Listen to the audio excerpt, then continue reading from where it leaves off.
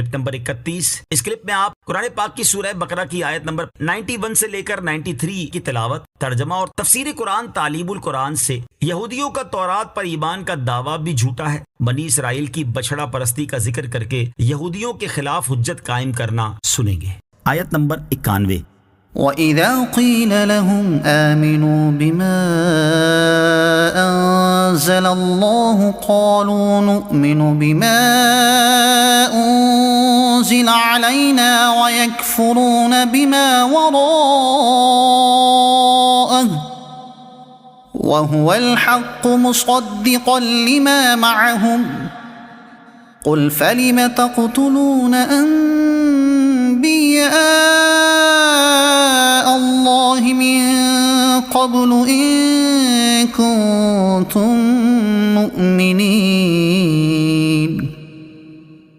اور جب ان سے کہا جائے کہ اس پر ایمان لاؤ جو اللہ نے نازل فرمایا ہے تو کہتے ہیں ہم اسی پر ایمان لاتے ہیں جو ہمارے اوپر نازل کیا گیا، اور وہ تورات کے علاوہ دیگر کا انکار کرتے ہیں، حالانکہ وہ قرآن بھی حق ہے، ان کے پاس موجود کتاب کی تصدیق کرنے والا ہے۔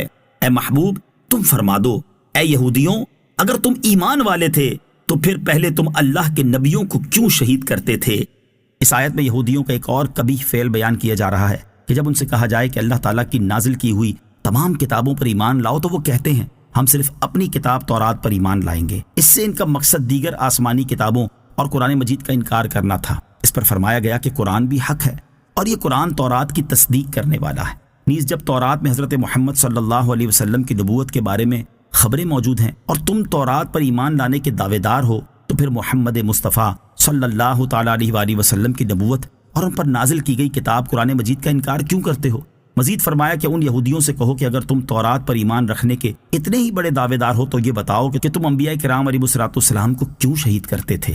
اہم بات، تمام آسمانی کتابوں، تمام انبیاء کرام علیہ السلام اور حضور اقدس علیہ السلام پر ایمان لانا ضروری ہے، اور ان میں سے ایک کا بھی انکار کفر ہے، اور انبیاء کرام علیہ السلام کی تعظیم ایمان کا رکن اعلیٰ ہے۔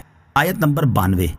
وَلَقَدْ جَاءَكُم مُوسَى بِالْبَيِّنَاتِ ثُمَّ اتَّخَذْتُمُ الْعِجْلَ مِن بَعْدِهِ وَأَنتُمْ ظَالِمُونَ۔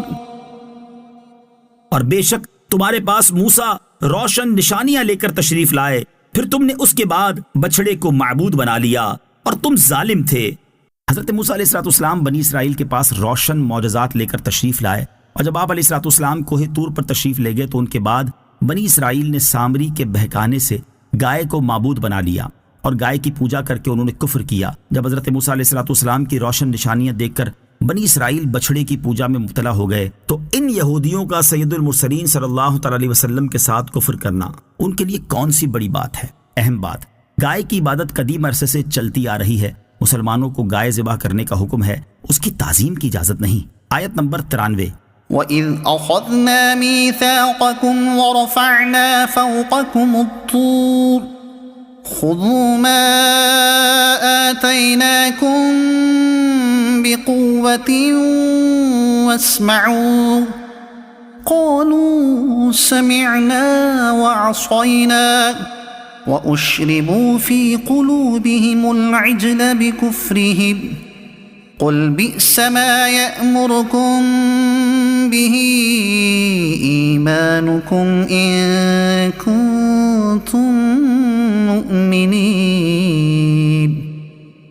اور یاد کرو جب ہم نے تم سے عہد لیا اور کوہ طور کو تمہارے سروں پر بلند کر دیا اور فرمایا مضبوطی سے تھام لو اس کو جو ہم نے تمہیں عطا کی ہے، اور سنو، انہوں نے کہا ہم نے سنا اور نہ مانا، اور ان کے کفر کی وجہ سے ان کے دلوں میں تو بچھڑا رچا ہوا تھا۔ اے محبوب تم فرما دو اگر تم ایمان والے ہو تو تمہارا ایمان تمہیں کتنا برا حکم دیتا ہے۔ فرمائے کہ اے یہودیوں وہ وقت یاد کرو جب اللہ تعالیٰ نے بنی اسرائیل سے تورات پر عمل کرنے کا عہد لیا لیکن انہوں نے حسب عادت نافرمانی کی تو اللہ تعالیٰ نے ان پر کوہ طور کو ہوا میں بلند کر دیا اور ان سے فرمایا کہ چلو اب مضبوطی سے اس تورات کو تھام لو جو ہم نے تمہیں عطا کی ہے اور ہمارے احکام دھیان سے سنو۔ بنی اسرائیل نے ڈر کے مارے دوبارہ اطاعت کا اقرار تو کر لیا لیکن ان کے دل کی حالت پہلے جیسی ہی رہی اور در حقیقت ان کے کفر کی وجہ سے ان کے دلوں میں تو بچھڑے کی محبت گھسی ہوئی تھی۔ اے حبیب صلی اللہ تعالی علیہ وسلم آپ ان سے فرمائیں کہ اے یہودیو، تم اپنے اسلاف کی اس حرکت کو جانتے ہو، لیکن تم نہ اس سے نفرت کا اظہار کرتے ہو اور نہ ہی اس سے اپنی برات ظاہر کرتے ہو۔ تو خود بتاؤ کہ کیا تورات پر ایمان لانے کے یہ تقاضے ہیں؟ اگر اس کے یہی تقاضے ہیں تو تمہارا ایمان تمہیں کتنا برا حکم دیتا ہے۔ درس: اللہ تعالیٰ کی کتاب پر ایمان لانے کا مطلب یہ ہے کہ اس کے تمام احکام اور سب تقاضوں پر عمل کیا جائے۔